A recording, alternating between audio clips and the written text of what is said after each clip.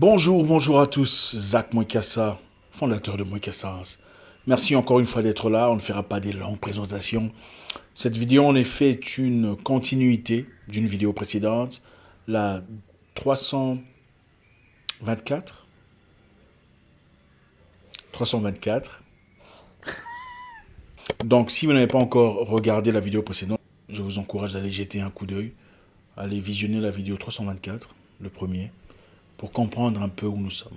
En effet, nous parlions de technologie et de capitalisme. Nous disions précédemment que la technologie nous a apporté beaucoup de choses positives. En tout cas, la vie a beaucoup changé dans le positif avec la technologie. Il y a beaucoup d'années, on n'avait pas de téléphone. Et c'était dur quand on avait un frère ou une sœur ou un membre de la famille qui était ailleurs. Un membre de la famille déplacé, malade ou en difficulté. Qu'on ne pouvait pas directement atteindre ou communiquer avec. C'était très difficile. Et la communication, le téléphone portable finalement, puisqu'avant c'était cher, nous a facilité beaucoup de tâches. Aujourd'hui, vous me voyez en direct sur YouTube par votre téléphone peut-être, si pas par ordinateur, c'est à travers la technologie. Une technologie qui en 100 ans, en moins de 100 ans en tout cas, a fait beaucoup de prouesses. Et nous en sommes sincèrement reconnaissants. Mais quand on additionne une bonne chose à une autre chose, ça ne produit pas toujours des bonnes choses, malheureusement. Il faut dire que initialement, je me souviens, mon père me disait très souvent, mes chaussures, je les ai depuis 1970 ou 75. Ah oui, ça c'était à l'époque, dans les années 90. Il me disait, j'ai des belles chaussures depuis très longtemps. Et mes chaussures sont toujours... les chaussures étaient toujours frais, franchement.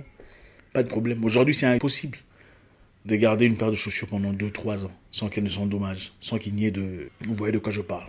Parce que la qualité a changé. Ce n'est plus une question de fabriquer des chaussures pour habiller des gens longtemps. C'est une question de production massive de chaussures. Le capitalisme en soi aujourd'hui, son idée initiale était bonne. Mais sa pratique est complètement différente de ce qu'on voulait du capitalisme. Le capitalisme aujourd'hui n'est pas ce qu'on nous dit. Ce n'est pas une question de libre-échange. Parce que le libre-échange a existé depuis très longtemps. Avant l'arrivée du capitalisme sur le continent africain et ailleurs.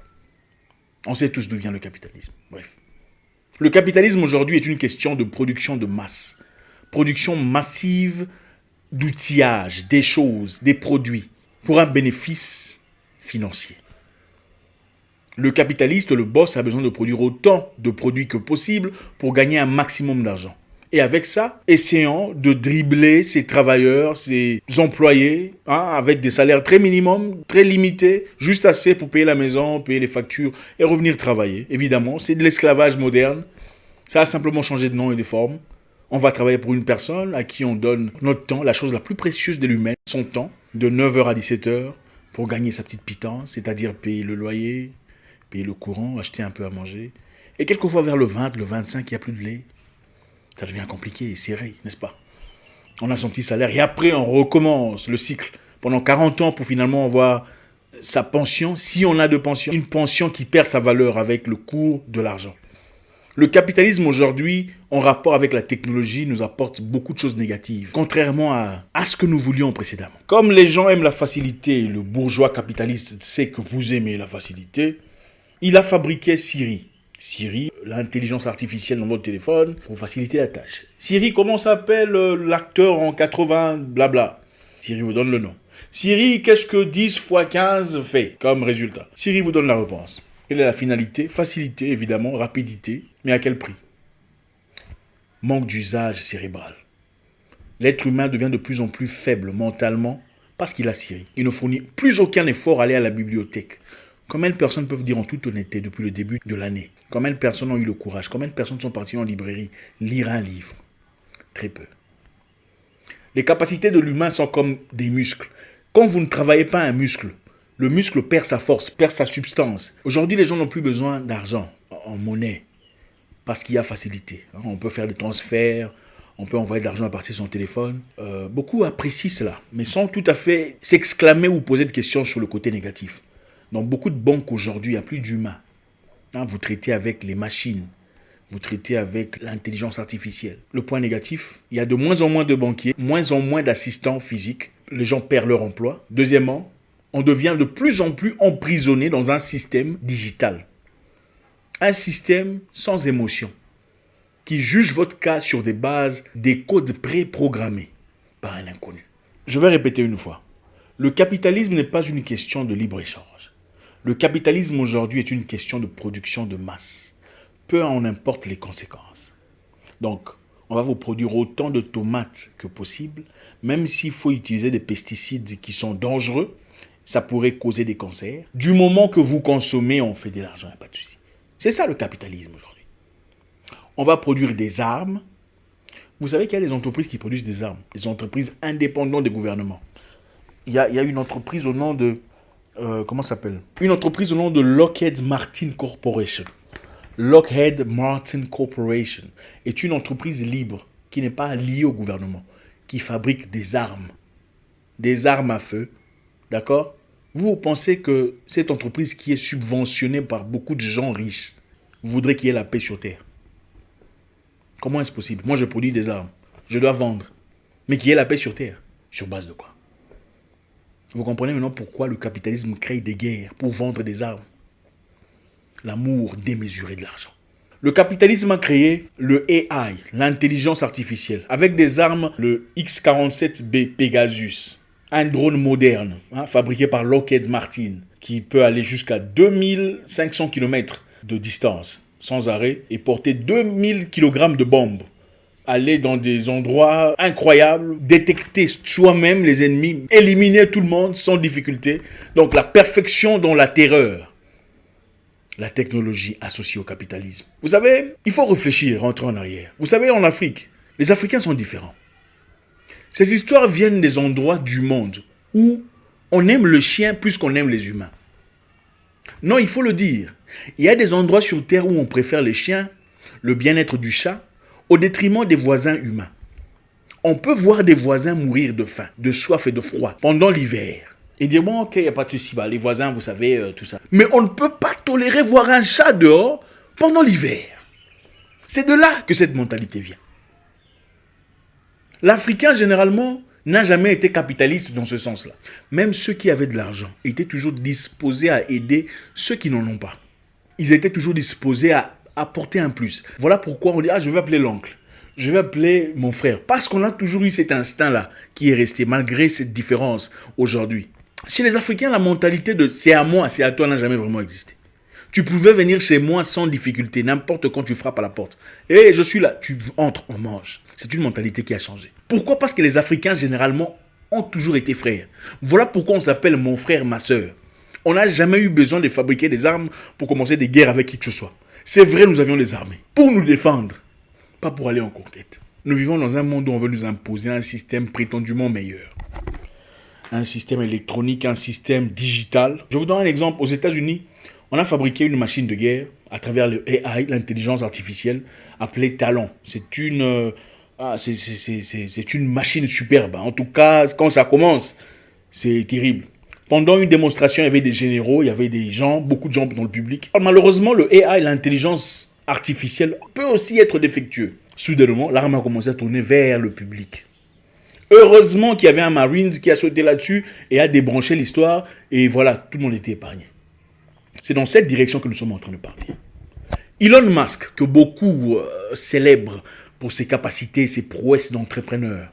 Elon Musk a dit que la capacité de l'intelligence artificielle aujourd'hui est très dangereuse à l'humanité. Le monsieur là qui était malade, souffrant, je ne sais comment il s'appelle, on disait qu'il était l'homme le plus intelligent du monde. Il était sur sa chaise roulante. Il a dit le plus grand danger de l'être humain aujourd'hui, c'est l'intelligence artificielle. Elon Musk vient de créer une entreprise, Neuralink. D'après lui, le cerveau de l'humain n'est pas assez apte pour échanger des données assez rapidement. Il faudrait donc changer la façon dont le cerveau a été ficelé par le créateur. Le cerveau n'a pas toujours été ficelé correctement. Il faut le changer en utilisant une petite puce. Donc à travers une opération, on t'ouvre le crâne, on place un truc là, machin, chose. Puis cette histoire te permettra de réfléchir plus rapidement, d'échanger plus rapidement les informations entre deux personnes. Plus besoin d'ouvrir la bouche pour dire blablabla. Donc vous me regardez, vous comprenez directement ce que j'ai à dire. D'après lui, le cerveau humain est limité à une capacité de 100 mégabytes par seconde de transfert de données. Voilà pourquoi nous sommes très lents. Donc pour devenir plus rapide, assez rapide pour résister à l'intelligence artificielle qui est en train de dominer la surface, il faudrait bien s'équiper, devenir des cyborgs, quoi. S'équiper d'une histoire dans son cerveau qui te permettra de devenir un super-humain. Imaginez-vous, vous partez en Allemagne, vous ne parlez pas la langue, et soudain, boum, vous téléchargez la langue et vous commencez à parler allemand. Hein, imaginez-vous, vous parlez chinois en Chine, mandarin, donc c'est ça le point de vente. Mais la réalité, c'est quoi? On veut corriger la manière dont le cerveau a été fabriqué. Ça me rappelle quelque chose. Le pyromane. Vous créez un problème avec l'intelligence artificielle dont on n'avait pas besoin. Maintenant, l'intelligence artificielle devient dangereuse. On a fabriqué des robots tueurs. Les histoires que vous voyez sur Terminator, ce ne sont pas des rêves. C'est une réalité palpable aujourd'hui. Vous créez ces histoires. Maintenant, ça devient dangereux. Vous voulez nous imposer ou nous solliciter à embrasser cette mentalité où il faut placer des trucs dans nos cerveaux pour devenir des gens assez intelligents pour résister aux problèmes que vous avez créés. Mais on était bien avec nos tomates. On était bien dans nos singeries, dans nos arbres, comme on le dit souvent. On était en paix. Nous fûmes en paix avant l'esclavage, avant la colonisation. On était en paix, on n'avait pas besoin de toutes ces histoires-là. On n'avait pas de téléphone, mais on était bien. La technologie a apporté quoi? Le Nintendo. C'est génial. Qui a joué au Nintendo? C'était bien, n'est-ce pas? On a tous aimé ça.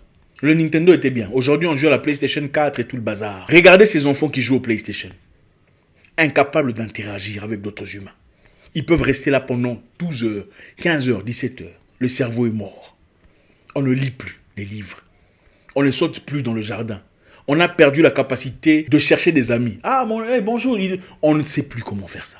On perçoit tout le monde comme un ennemi. Le téléphone. On perçoit tout le monde comme un opposant, comme un adversaire. On nous a créé Instagram, qui a pour but de nous faire rêver des rêves imaginaires, des vies imaginaires, des gens imaginaires, que vous ne verrez peut-être jamais de toute votre vie. Et que beaucoup commencent à haïr d'ailleurs. Créant ainsi le stress. On dit cette histoire, si on le place dans la tête de quelqu'un, va éliminer tout le stress. Hein, cette histoire, on place dans la tête de quelqu'un, permettra aux aveugles de pouvoir voir, aux muets de pouvoir parler. Donc ça va restructurer le cerveau et tout le bazar. Franchement, je ne sais pas si j'en veux, moi.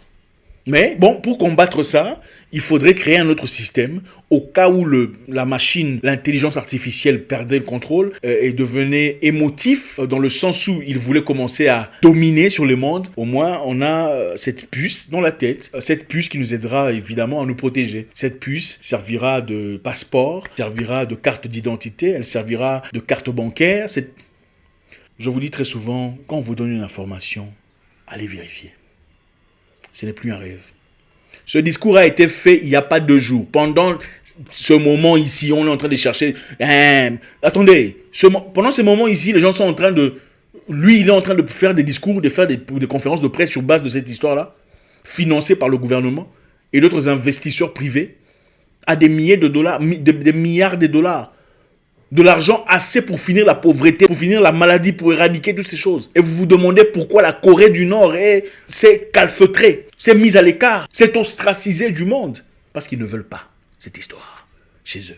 C'est ça la réalité. Le capitalisme en stéroïde a été injecté dans la technologie, dans tout ce que nous vivons aujourd'hui. On cherche le dernier modèle de tout. Est-ce qu'on en a vraiment besoin? Aujourd'hui, mes frères, je voudrais vous appeler à la sobriété mentale et à la simplicité. Votre vie n'est pas moche. C'est le rêve qui est moche. Le rêve d'une vie meilleure qui doit être nimbée de certaines choses. C'est un rêve. Je ne sais pas jusque-là qu'est-ce que je dois vous dire. Mais je pense qu'il est important pour moi de nous informer. Les informations sont là. Nous ne regardons pas au bon endroit. Nous ne regardons pas au bon endroit. Nous visionnons des choses qui n'ont peut-être pas beaucoup d'importance. La Tanzanie était là. On a insulté le président. On l'a traité de tout le nom. Il va faire tuer les gens. Ils n'ont pas fait votre histoire là, ils n'ont pas fait, vous avez compris. Ils n'ont pas fait l'histoire là que vous faites là. Ils étaient en train de... donc, si tu veux, donc les gens... c'était comme ça. Mais est-ce qu'il y a des gens qui sont là-bas? Non. S'il y a des gens qui devraient... C'est là-bas, non?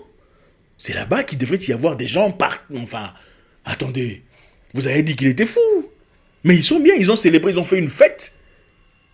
Une grandiose fête dans le stade national où il y avait des milliers de personnes. Je vais vous dire une chose pour finir. Il y a longtemps, j'ai lu un livre où on a expliqué comment l'être humain a commencé à faire des choses.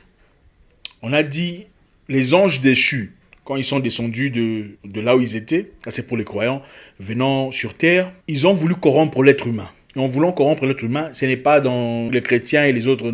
Je sais que très souvent, quand vous racontez des histoires comme ça, vous commencez à penser à la sorcellerie. Il n'y a pas de sorcellerie. Des légendes et tout le bazar. On a dit qu'un ange déchu, au nom d'Azazel, a appris à l'humain comment faire usage d'armes, comment tuer.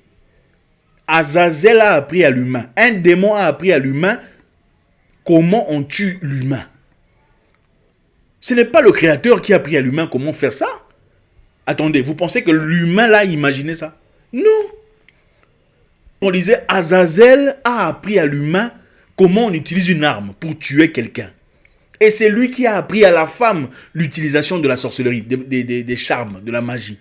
Et on dit que c'est Azazel qui continue à inspirer l'être humain à la création des armes à feu.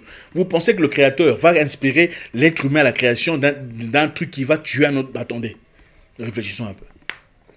Que l'histoire soit vraie ou fausse, ne sommes-nous pas dirigés par des gens qui sont inspirés par quelque chose vers une perdition totale? Réfléchissons. Merci de votre attention. Toujours un réel plaisir. Laissez un commentaire, vous savez comment ça se passe. J'espère vous parler très bientôt dans une nouvelle vidéo. Mon nom est Zach Mouikassa, le guerrier noir, votre frère. On cherche comment développer son chien, comment après la mort de son chien, retélécharger un nouveau chien, donc retélécharger le même chien dans un nouveau corps. Si vous n'êtes pas, ce n'est plus de la science-fiction, c'est une réalité. Jetez un coup d'œil. Je vous ai toujours dit, quand vous recevez une information, allez vérifier.